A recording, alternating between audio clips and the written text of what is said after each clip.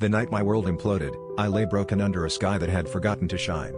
I was the poster child for failure, my dreams shattered, my faith crushed beneath the weight of relentless adversity. But here's the thing about rock bottom, it's a solid foundation. I wiped my tears, dusted my dreams, and started rebuilding, brick by painstaking brick.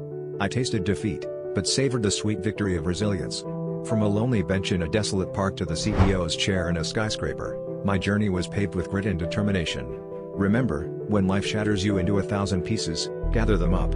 For in those fragments, you'll find a map, not to the life you lost, but to the one you're meant to lead.